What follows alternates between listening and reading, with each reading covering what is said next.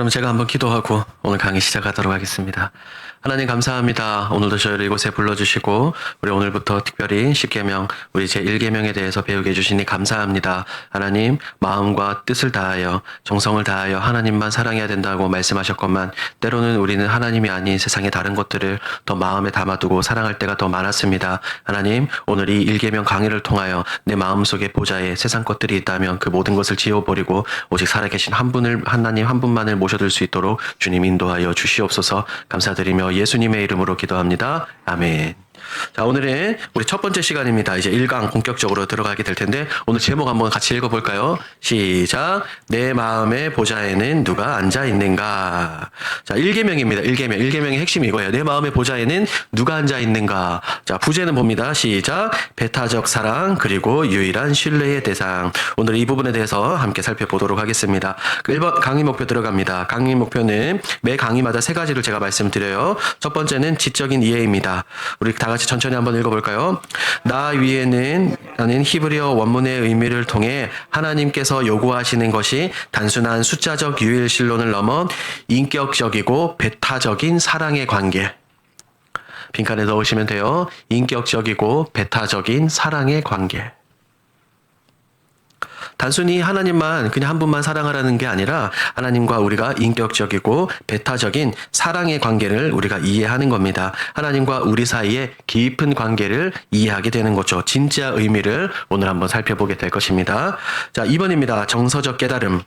하나님은 우리를 억압하기 위해서가 아니라 우리를 너무나 사랑하시기 때문에 전적인 헌신을 요구한다는 사실, 거룩한 질투라는 것을 깨닫고 감격하게 됩니다. 자, 우리가 오직 하나님만 사랑하라는 이 명령을 들으면 왠지 우리의 자유를 억압하고 올가매는 것 간섭처럼 느껴질 수 있어요. 하지만 하나님의 이 명령은 억압이 아니라 우리를 너무나도 사랑하는 하나님의 말씀인 거죠. 3번 실천적 적용을 봅니다. 내 삶에서 하나님보다 더 의지하고 더 사랑하며 더 두려워하는 현대의 우상을 깨닫고 제거하는 구체적인 결단을 내립니다. 우리의 삶 가운데 하나님보다 더 사랑하는 것들이 있다면 그것이 우상이죠. 그것을 제거해야 된다는 것을 깨닫게 됩니다. 다 적으셨죠? 자, 2번 핵심 본문 및 문장입니다. 출애굽기 20장 3절 다 같이 읽습니다. 시작. 자, 밑에 신명기 6장도 있습니다. 시작.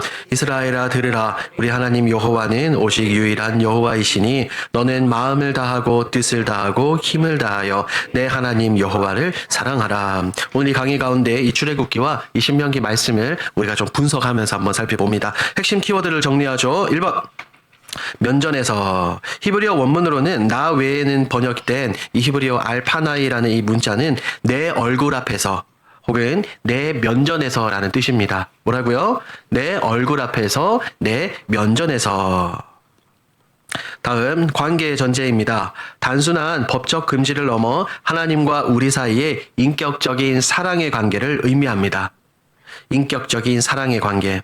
우리가 이 진짜 의미를 깨달으면 1계명은 단순히 다른 신을 섬기면 안 된다는 딱딱한 법적인 금지가 아니에요. 하나님과 나 사이에 얼마나 깊은 이 인격적인 사랑의 관계인지를 깨닫게 되는 거죠. 다음, 배타적인 사랑입니다. 살아계신 하나님의 면전에서 다른 대상을 의지하지 말라는 거룩한 질투이자 사랑의 요구입니다. 거룩한 뭐라고요? 질투입니다.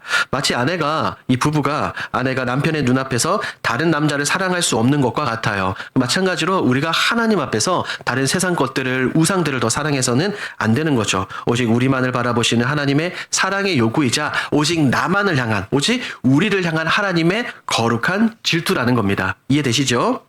자, 다음 2번 신뢰입니다. 신뢰. 우리 마틴 루터의 정의를 함께 봅니다. 마틴 루터는 이렇게 말했어요. 무엇이든 당신의 마음이 매달리고 전적으로 의지하는 것이 곧 당신의 하나님입니다. 마음이 매달리고 전적으로 의지하는 것이 곧 당신의 하나님입니다. 이 1계명을 이해하는 두 번째 핵심 키워드는 바로 신뢰입니다. 신뢰. 우리가 뒤에서 살펴보게 되겠지만 이 종교개혁자 마틴 루터는 대교리 문답에서 아주 뼈아픈 정의를 내렸어요. 무엇이든 당신의 마음이 매달리고 전적으로 의지하는 것이 당신의 뭐다? 하나님이다. 우리가 엎드려 절하는 조각상이 없더라도 내 생각과 내 마음이 원하고 전적으로 의지하고 기대는 대상이 있다면 그게 뭐라는 거예요? 그게 하나님이라는 겁니다. 우리가 하나님이라는 거예요. 다음, 신앙의 실전을 봅니다. 1계명은 종교의 명패 문제가 아니라 위기 순간에 내가 무엇을 신뢰하느냐의 문제입니다. 이 어려운 가운데 힘들 때, 문제가 있을 때 내가 무엇을 신뢰하느냐의 문제예요. 종교의 겉모양이나 명패 문제가 아니라는 거죠. 더 쉽게 표현하면 진짜냐 가짜냐, 진짜냐 가짜냐. 우리가 신앙에 내가 견고하다, 내가 믿음이 좋다라고 하는 것을 언제 알 수 있어요? 그냥 평이할 때는 모릅니다. 우리 가운데 여기 보십시오. 여기 컵이 있는데 여기 물이 담겨 있는지 없는지 보이세요? 안 보이세요? 안 보이죠. 그런데 어떻게 알 수 있을까요? 흔들어 보면 되겠죠. 마셔보거나 흔들렸을 때 내가 진짜 여기 뭔가 있으면 물이 튀어나오겠죠. 마찬가지라는 겁니다. 내 삶에 어려움이 있을 때 내가 무엇을, 누구를, 어떤 것을 바라보고 신뢰하느냐가 그것을 결정하게 되는 거예요. 다음, 현대의 다른 신, 안정과 행복을 위해 하나님보다 더 의지하는 돈, 건강, 자녀, 성공 등이 곧 내가 섬기는 뭘까요? 우상입니다. 우상. 내 안정과 행복을 보장받기 위해 하나님보다 더 믿고 의지하고 혹시나 잃어버릴까봐 전전긍긍하는 것들이 있다면 그것이 곧 나의 우상이라는 거예요. 눈에 보이지 않는. 이 말씀을 거울 삼아 우리는 위기의 순간에, 어려움의 순간에 자의 참된 신뢰의 대상은 오직 하나님 한 분뿐인지를, 예수 그리스도뿐인지를 여러분들이 우리가 스스로 정직하게 생각해 볼 필요가 있습니다. 나중에 한번 살펴보도록 합니다. 3번입니다. 예배입니다. 예배. 존재의 목적을 봅니다. 인간은 본질적으로 무엇인가를 숭배하지 않고는 살 수 없는 예배하는 존재입니다. 1계명을 이해하는 세 번째 핵심 단어는 바로 예배예요.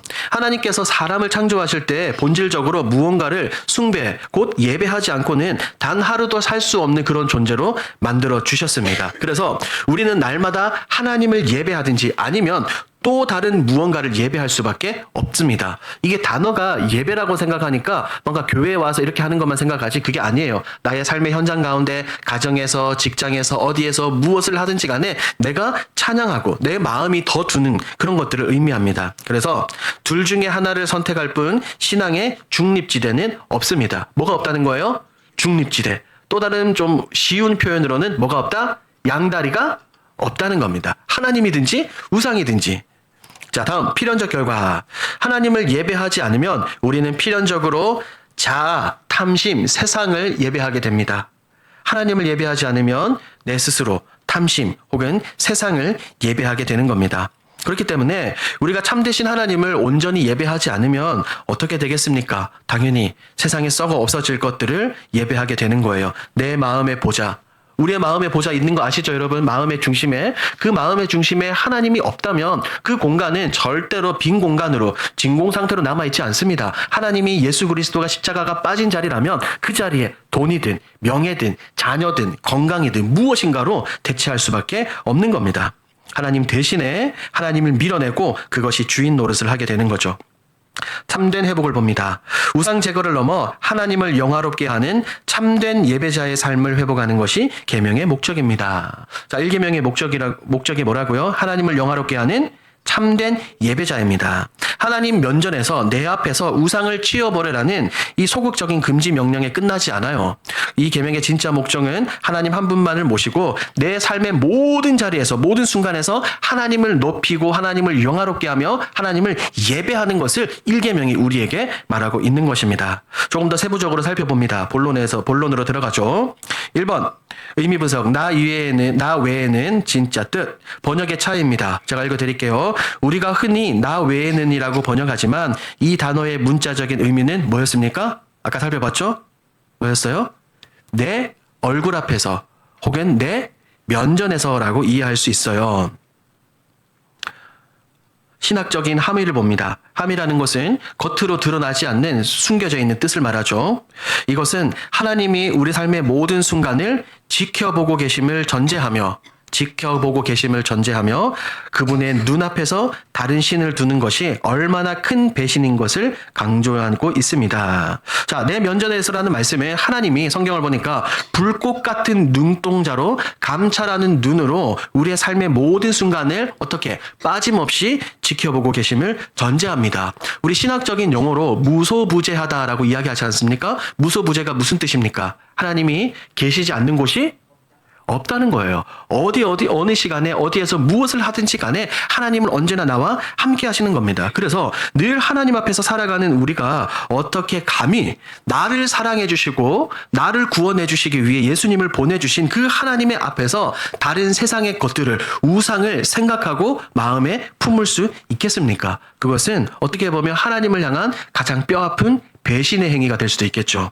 사랑했대요. 말로 표현하기는 좀 그렇지만 그분도 이 강의를 듣기 때문에. 그런데 그걸 너무나 사랑했는데 예배를 드리고 말씀의 그 깊은 맛을 알면서부터 내 마음에 이 충성의 대상이 바뀌었다는 거예요. 여기를 사랑했다가 이제는 누구로? 하나님으로. 한 15년, 20년을 여기에 매달려 있었는데 이제는 이것을 완전히 버려뒀대요.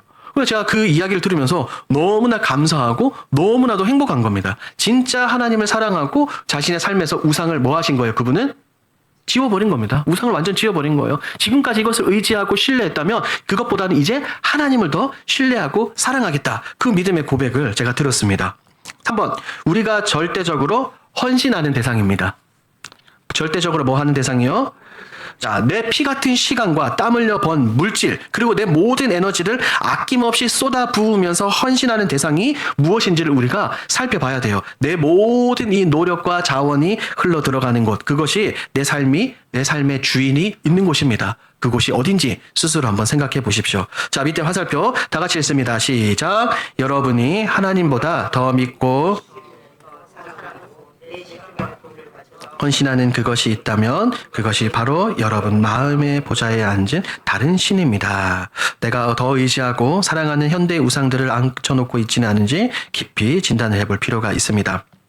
이 자리에 우리 장로님들, 권사님들, 집사님들 계시는데 우리가 이 직분을 받을 때는 이런 교리 공부를 하죠. 그리고 특별히 웨스트민스터 소요리 문답과 대요리 문답, 신앙 고백서들을 공부하셨을 겁니다. 지금은 기억이 안 나실 거예요. 그래서 제가 이 강의 안에도 대요리 문답을 넣어놨습니다. 한번 보겠습니다. 밑에 박스에.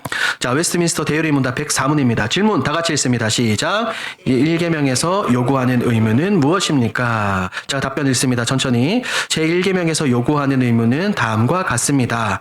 1계명이 요구하는 거룩한 삶이란 하나님이 유일하신 참 하나님이자 우리 각 사람의 하나님이심을 깊이 알고 인정하는 것에서 시작하여 그분의 합당한 경배와 영광을 돌리기 위해 끊임없이 그분을 생각하고 사랑하며 오직 그분만을 전적으로 신뢰하고 기뻐하는 것이며 삶의 모든 순간마다 뜨거운 열심과 찬양으로 반응하며 전인격적인 순종과 복종을 드림으로써 그분을 기쁘시게 하기 위해 매사에 조심하고 겸손히 그분과 동행하는 일생의 여정입니다.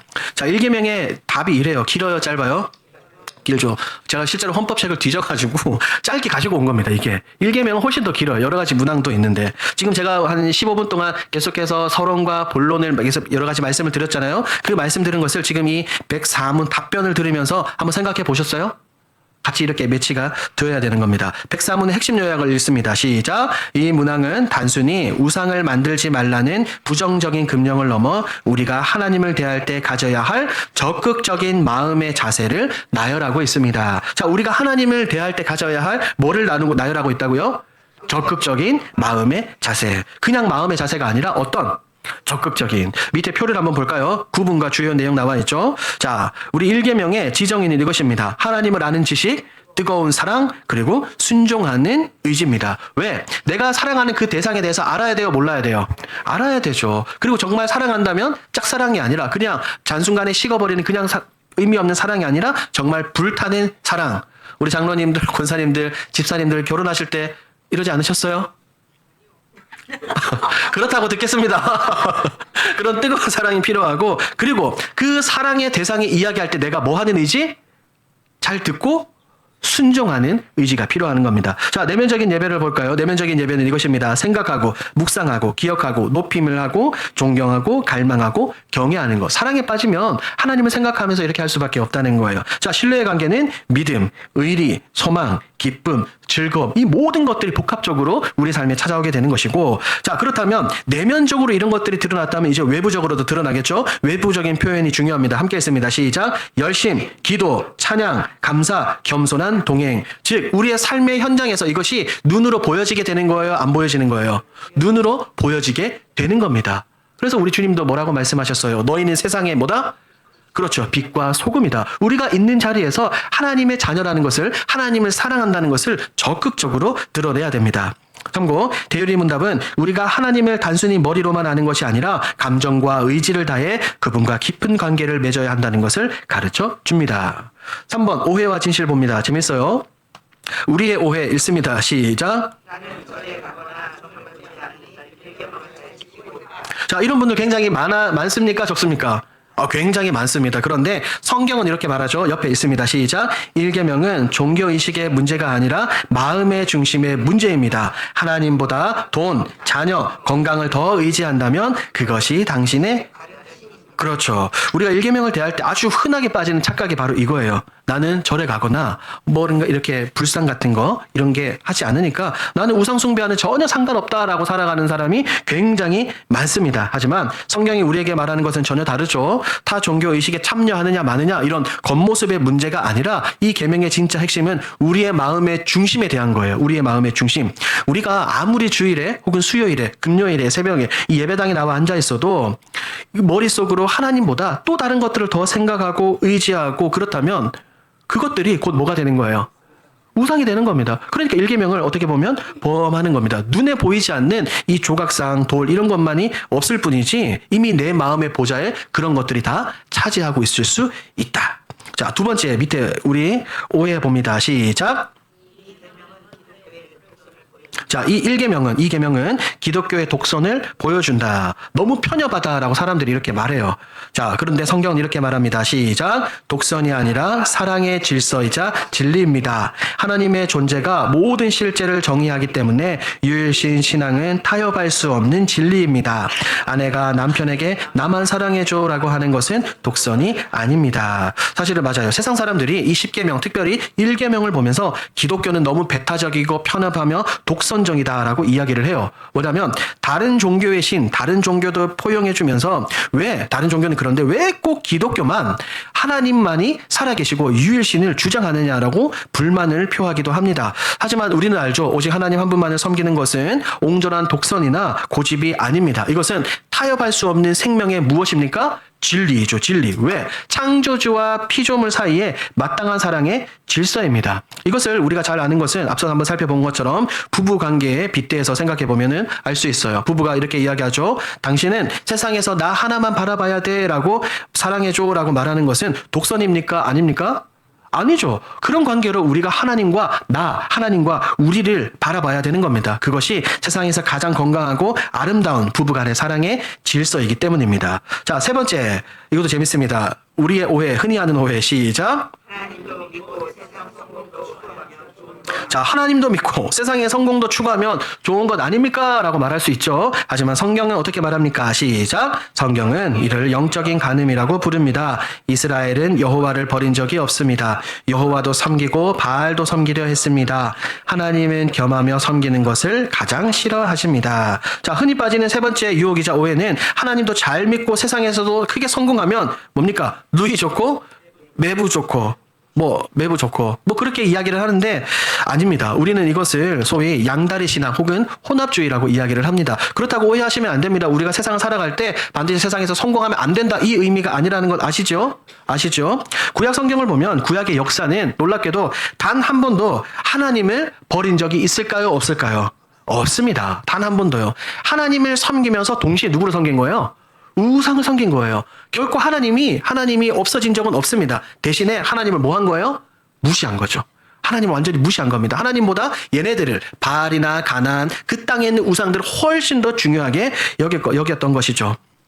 왜 그래요? 동시에 어떻게 보면 경제적인 풍요와 다산을 가져다 줄 것이라고 믿었던 이 가나안의 신 바알에게 훨씬 더 많은 절을 했던 것이 이스라엘의 역사입니다. 그것이 사사기에 많이 나오잖아요. 그렇게 생각할 수도 있어요. 어떤 사람들은 이스라엘 백성들 그렇게 생각했을 겁니다. 믿져야 본전이니 누구도 섬기고 하나님도 섬기고 바알도 섬기면 더 완벽한 복을 받을 것이라고 사람들이 뭐 한 겁니까? 착각을 한 겁니다. 그래서 제가 유튜브를 봤는데 아프신 분이 있었어요. 어떤 여성인데 놀랍게도 4번의 암을 겪었더라고요. 4번의 암. 그래서 지금 요양병원에 이렇게 계시는 분인데 근데 그분이 뭐 이렇게 인터뷰하면서 혹은 이제 기도라고 할까요? 신앙은 없으신 분인데 기도 아닌 기도를 하는데 뭐냐면 다 나열하는 겁니다. 하나님, 부처님, 뭐 또 누가 있어요? 온갖 그 하면서 나를 도와주세요라고 그렇게 얘기하는 겁니다. 그게 바로 이런 거예요. 하나님도 섬기고 다른 바알도 우상도 섬기면 내게 훨씬 더 유익이 되지 않을 거냐라고 이야기하는데 그렇다 안 그렇다? 그렇지 않다. 왜?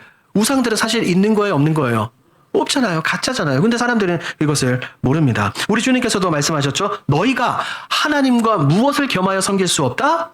재물을 겸하여 섬기지 못한다라고 명확하게 선을 그으셨습니다. 그래서 이것을 성경은 뭐라고 표현한다고요? 영적인 간음이라고. 영적인 간음. 굉장히 무섭게 표현합니다. 하나님은 우리의 마음을 100% 원하시지 세상 다른 것들과 나눠서 적당히 나누어 가지는 것을 결코 용납하지 않습니다. 자, 그렇다면 한번 살펴봅니다. 1번 현대 우상. 무엇이 우리를 지배하고 있습니까? 우리 골로새서 3장 5절 다 같이 읽습니다. 시작. 그러므로 땅에 있는 지체를 죽이라. 곧 음란과 부정과 사욕과 악한 정욕과 탐심이니 탐심은 우상 숭배니라. 분명하게 말하고 있죠.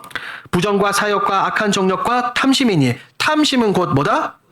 우상 숭배이다. 사도 바울이 명확하게 이것을 지금 폭로하고 있습니다. 우리를 힘들게 하는 첫 번째가 바로 탐심입니다. 탐심. 2번 아주 많은 사람들에게 가장 큰 우상은 무엇입니까? 자아와 욕망입니다. 결국 모든 우상의 가장 깊은 뿌리를 파고 들어가 보면 그 중심에는 언제나 누가 있는 거예요? 내가 있는 겁니다. 여러분 그 술의 신이라고 아세요? 술의 신. 이렇게 저기 뭡니까? 나라 이름 생각이 안 나요. 그리스 로마 신화. 거기에 보면 여러 가지 신들이 나오잖아요. 술의 신이 이름이 뭔지 아세요? 바카스거든요. 바카스. 재밌죠? 술의 신. 이 사람들이 왜 술의 신을 만들었을까요? 술 먹으려고. 술 먹으려고 만든 거예요. 그리고 이제 음란한 그런 신을 왜 만들었을까요? 내가 그거 하기 위해서, 정당화하기 위해서 우상들을 만든 겁니다. 신들을. 그러니까 그걸 만들어 놓고 내 욕망을 어떻게 하는 거예요? 표출해내는 겁니다. 표출해내는 거. 그러니까 근본적인 가장 큰 우상은 내 내면에 있는 거예요. 내 내면의 자애. 끊임없는 욕망이 바로 현대인들에게, 우리에게 있어서 가장 거대하고 견고한 우상입니다. 3번 봅니다. 구체적인 현대 우상들이 나옵니다. 첫 번째가 무엇입니까? 돈이죠. 만몬이라고 말하는 돈이 있으면 안전하고 없으면 불안하다면 우리는 돈을 뭐 하는 겁니까? 사랑하고 믿는 겁니다. 돈이 있으면 안전하고 돈이 없으면 불안하다면 우리는 돈을 사랑하고 믿는 것입니다. 이 땅 가운데 가장 노골적이고 가장 강력한 우상은 돈입니다. 돈. 내 통장에 물질이 넉넉하게 쌓여 있을 때는 세상을 다 가진 것처럼 마음이 든든하다가 통장 잔고가 점점 없어지고 어려움이 닥칠 때는 어때요? 굉장히 불안하죠. 불안합니다. 한번 곰곰이 한번 생각해 보십시오. 물론 우리가 돈 없이는 살 수 없습니다. 그런데 주객이 전도되어서는 안 되겠죠. 그렇죠? 자, 두 번째 공감이 되시죠? 무엇입니까? 자녀죠. 자녀의 성공이 내 인생의 성적표라고 믿는 순간 자녀는 우상이 되고 부모와 자녀 모두 불행해집니다. 다시요. 자녀의 무엇이? 성공이 내 인생의 성적표라고 믿는 순간 자녀가 뭐가 되는 거예요? 우상이 되고 둘 다 불행해지는 겁니다. 우리 한국교회 성도들이 가장 쉽게 빠지는 치명적인 함정이 이거라고 생각합니다. 내 자녀가, 내 아이가, 내 손주가 세상에서 남부럽지 않게 출세하고 번듯하게 자리 잡는 것이 곧 내 인생을 증명하는 것처럼, 그렇죠? 여기 제가 이렇게 성적표라고 표현해 놓았는데 내 성적표를 잘 받는 것이 인생의 목표라고 생각하는 분들이 굉장히 많습니다. 하지만 자녀를 내 성취의 도구나 자랑거리로 삼아서 집착하는 그 순간 너무나도 귀한 선물인 내 자녀 손들은 무엇으로 변하게 되는 겁니까? 우상이죠. 무서운 우상으로 변하게 되며 결국 그 숨막히는 압박 가운데서 부모와 자녀 모두 병들고 불행해지는 뼈아픈 결과를 낳게 되는 겁니다. 첫 번째와 두 번째 공감이 되십니까? 세 번째는 무엇입니까? 성공과 안정입니다. 나의 미래를 하나님이 아닌 통장 잔고나 사회적 지위가 보장해준다고 믿는 태도입니다. 내 미래를 하나님이 아닌 통장 잔고나 사회적 지위. 우리는 그렇죠. 늘 불확실한 이 시대를 살아가는 가운데 내일을 대비해야 되고 더 나아가서는 무엇을 대비해야 된다고 이야기합니까? 노후를. 그렇죠. 그래서 이런 노후 자금을 모으는데 굉장히 많은 사람들이 혈안이 되어 있습니다. 근데 우리는 알고 있죠. 우리의 인생을 이끌어 주시고 우리의 인생을 책임져 주시고 우리의 앞날을 인도해 주시는 분은 누구? 하나님이다. 어떻게 보면요. 어떻게 보면 어제 이제 동기 목사들 친구들이 많이 모이잖아요. 그럼 사실 저희도 이런 얘기를 굉장히 많이 합니다. 왜냐면 뭐 저희가 목회자들이 이 부분 다 편집할 거예요 나중에. 목회자들이 은퇴하고 나가지고 뭐가 없어요. 대표적으로 보면 이제 물론 목사님이 되는 경우에는 이제 교회나 이제 혹은 노회에서 이런 것들 다 지급이 되지만 그게 아닌 이상은 이제 은퇴를 하고 나면 기본적인 사례도 없죠. 그 다음에 은퇴하고 나면은 이제 밖에 나가서 일할 그게 없잖아요. 그래서 사실 저희들끼리 굉장히 막 고민을 하고 또 어떤 친구들은 50 전에 담임 목사로 들어가는 것이 인생의 최대 목표다. 들어가서 버티기도 힘들지만 그렇게 이야기를 합니다. 아내랑도 저도 가끔씩 그런 얘기를 하는데 결론이 뭘까요? 에라 모르겠다. 에라 모르겠다. 뭐 지금 저희가 뭐 적금을 드는 것도 아니고 뭐 돈이 재산이 있는 것도 아니고 그냥 결론은 이거였어요. 하나님께 그냥 충성하며 하나님이 책임져 주시겠지. 그래서 그냥 더 열심히 하자. 이게 결론인 겁니다. 저희는 그렇고 이제 우리 일반 성도님들은 어떠실지는 모르겠어요. 이제 서울에 계신 분들이야 다 이렇게 자수성가하시고 이렇게 했는데 어쨌든 이런 부분들에 있어서 우리가 마음을 잘 지킬 필요가 있습니다. 첫 번째가 뭐였어요? 돈이었죠. 두 번째가 자녀였고 세 번째가 성공과 안정, 평안함. 이게 실질적인 우상이다. 이것을 한번 깨달으십시오. 자, 다음 삶 속에서의 적용을 봅니다. 신뢰의 대상 점검하기 불안 테스트입니다. 내가 가장 두려워하는 것이 무엇인지 확인해 보십시오. 내가 가장 두려워하는 것이 무엇인지 그 두려움이 하나님을 향한 신뢰보다 크다면 그것이 바로 나의 우상입니다. 자, 한 15초 동안 지금 내가 가장 두려워하고 걱정하고 염려하는 것이 무엇인지 여기 1번 밑에 한번 써보십시오. 자, 생각 테스트. 내가 한가할 때 내 마음이 저절로 흘러가는 곳이 어디인지 확인해 보십시오. 내가 한가할 때 내 마음이 어떻게 되는 거예요?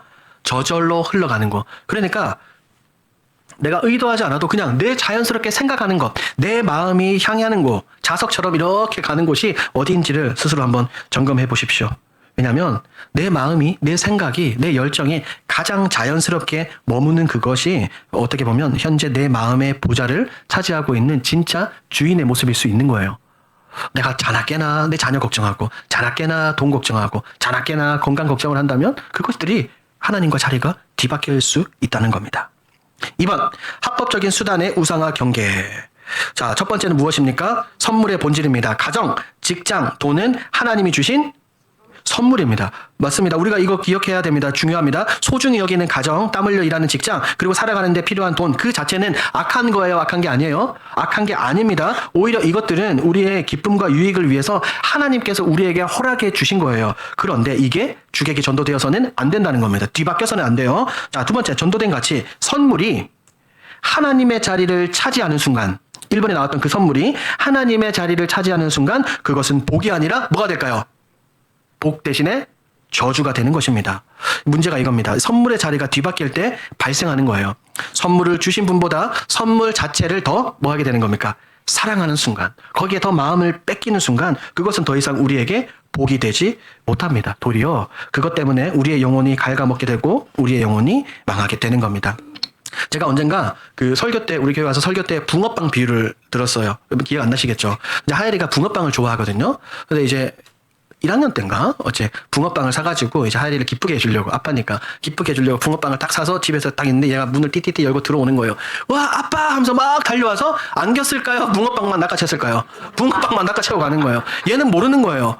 눈앞에 있는 붕어빵에만 눈이 팔렸지 그 붕어빵을 2개, 3개 매일같이 사줄 수 있는 근본 사랑의 대상인 아빠를 까먹은 겁니다. 우리도 마찬가지예요. 어떻게 보면 하나님께서 우리에게 베풀어 주신 은혜가 사실 너무나 많잖아요. 그런데 거기에만 우리가 눈이 모아져서는 안 되는 거예요. 마음이. 왜? 그 모든 것들을 허락해 주시고 혹은 그것보다 훨씬 더 많이 허락해 주시고 베풀어 주실 수 있는 누구에게 집중해야 된다는 거예요? 하나님에게 집중해야 되는 겁니다. 이게 중요한 거죠. 3번, 질서의 회복. 하나님을 첫 자리에 모실 때 오히려 삶의 열정과 이웃에 대한 사랑이 더 깊어질 수 있습니다. 하나님을 어디에요? 첫 자리에. 그 첫 자리가 무엇입니까? 어디예요? 내 마음의 보좌죠. 내 마음의 중심입니다. 중심. 바로 영적인 질서를 회복하는 겁니다. 내 삶의 가장 우선순위, 그 마음의 보좌에 하나님만을 온전히 모셔드릴 때 놀라운 일이 일어나게 될 줄 믿습니다. 우상에게 집착하던 이 불안한 염려, 이런 모든 것들이 사라지고 하나님께서 나에게 베풀어 주신 은혜와 사랑과 긍휼과 자비, 이 모든 것들이 나의 삶을 뒤덮으며 내 가정과 내 가족들과 이웃에게도 이것이 드러나게 될 줄 믿습니다. 자, 3번 적극적인 실천을 한번 보죠. 적극적인 실천은 하나님만 사랑하기입니다. 자, 소극적인 의미로는 내 삶에서 뭐 하는 걸까요? 우상을 제거하는 것입니다. 적극적으로 하나님을 사랑하기 위해서는 내 삶에서 무엇을 제거? 우상을 제거하는 겁니다. 1계명을 제대로 지키기 위한 첫 번째 걸음이 바로 이것입니다. 내 삶에서 우상을 제거하는 것. 아까 우리가 점검 테스트, 생각과 불안에서 적어보라고 말씀드렸잖아요. 그 모든 것들을 없애버리는 겁니다. 찾아내서 없애는 거예요. 이것들을 몰아내고 그 자리 대신에 하나님을 모셔두는 거죠. 자, 그렇다면 적극적인 의미는 이것입니다. 마음과 뜻과 힘을 다해 그렇죠. 하나님을 사랑하는 것. 우상을 치워버린 그 빈 공간, 진공 상태로 있을 수 있다고요? 없다고요? 없습니다. 절대로 없습니다. 그 치워진 그 자리에 하나님을 모셔두어야 합니다. 마음, 목, 뜻, 힘. 마음과 목숨과 뜻과 힘을 다하여 누구를 사랑하라? 주 너의 하나님을 사랑하라. 그리고 앞서 우리가 대요리 문답 104문에서 살펴본 것처럼 하나님을 사랑하고 의지한다는 것은 단순히 머리로만 믿는 소극적인 태도를 넘어 내 모든 감정과 의지를 동원해 하나님과 깊고 친밀한 관계를 맺는 것입니다. 자, 4번 나눔 질문입니다. 함께 읽어봅니다. 시작. 마틴 루터는 내 마음이 매달리고 의지하는 것이 곧 너의 신이다라고 했습니다. 솔직히 내가 하나님보다 더 의지하거나 잃어버릴까봐 전전긍긍하는 나망인의 우상은 무엇입니까? 1분 정도 다시 한번 적어봅시다. 그래서 우리가 내 마음이 가장 향하는 그것이 어딘지 한번 생각해 볼 필요가 있습니다. 2번 한번 읽죠. 2번 시작. 너는 내 얼굴 앞에서 다른 신을 두지 말라는 말씀을 들을 때 이것이 나의 자유를 억압하는 간섭으로 느껴지십니까? 아니면 나를 보호하려는 사랑의 욕으로 느껴지십니까? 어떠세요? 처음에는 그래도 약간은 좀 너무한 거 아닌가? 뭐 이렇게 생각이 좀 들지 않습니까? 근데 우리가 이제 앞에서 살펴본 것처럼 우리가 부부간의 비유도 들었고 결국에 하나님이 그렇게 하시는 것은 정말 나와 우리와 더 온전한 사랑을 그쵸? 이루기 위함이라는 거 이해하시기 바랍니다. 3번 시작. 하나님을 내 삶의 유일한 주인으로 모시기 위해 이번 주에 내가 구체적으로 내려놓아야 할 집착이나 습관은 무엇입니까? 이 부분들을 우리가 한번 생각해 보시기 바랍니다. 5번 숙제를 한번 보죠. 다음 주에 우리 신명기 6장 5절을 우리가 외워보도록 하겠습니다. 자, 신명기 6장 5절 다 같이 읽습니다. 시작. 너는 마음을 다하고 뜻을 다하고 힘을 다하여 내 하나님 여호와를 사랑하라. 한 번 더 시작. 너는 마음을 다하고 뜻을 다하고 힘을 다하여 내 하나님 여호와를 사랑하라. 다음 주에 우리 강의 시작 전에 눈 감고 할 겁니다. 한 분씩 할 건지 그거는 고민해 보겠습니다. 한 분씩 한다 그러면 안 오실 수도 있죠. 2번 점검 시작. 이번 주 내가 하나님보다 더 사랑하는 것이 무엇인지 발견할 때마다 메모해 오기. 메모해 오십시오. 메모해 오십시오. 자, 요 예를 들어놨는데 드라마 볼 때는 눈이 반짝반짝거리는데 성경 읽을 때는 졸리다. 뭐 이런 것들. 내가 뭐 신앙적인 얘기보다는 혹은 뭐 정치 얘기라든지 아니면 건강 얘기가 더 많았다. 이런 것들 한번 적어 보십시오. 3번 우리 기도문 제가 간단히 넣어놨는데 한번 읽어볼까요? 다 같이 시작. 하나님, 제 마음의 보좌에 하나님이 아닌 다른 것들이 주인 노릇하고 있었음을 회개합니다. 돈과 자녀와 미래에 대한 염려를 주님 발 앞에 내려놓습니다. 오직 주님만이 나의 왕이 되어 주시옵소서. 아멘. 기도하겠습니다. 하나님 감사합니다. 오늘 이곳에서 우리가 1계명의 참 의미, 깊은 의미를 배우게 해주시니 감사합니다. 하나님, 우리가 입술로만 하나님을 사랑한다고 고백하는 것이 아니라 내게 베풀어 주신 하나님의 놀라운 사랑, 예수 그리스도의 희생과 그 은혜를 기억하며 다른 것들이 아니라 오직 하나님 한 분만을 사랑할 수 있도록 주님 인도하여 주시옵소서. 하나님 기도합니다. 내 마음의 보좌에 썩어 없어질 것들, 세상 것들이 자리 잡는 것이 아니라 오직 하나님과 예수 그리스도의 십자가만 자리 잡을 수 있도록 주님 인도하여 주시옵소서. 감사드리며 예수님의 이름으로 기도합니다. 아멘. 감사합니다. 애쓰셨습니다.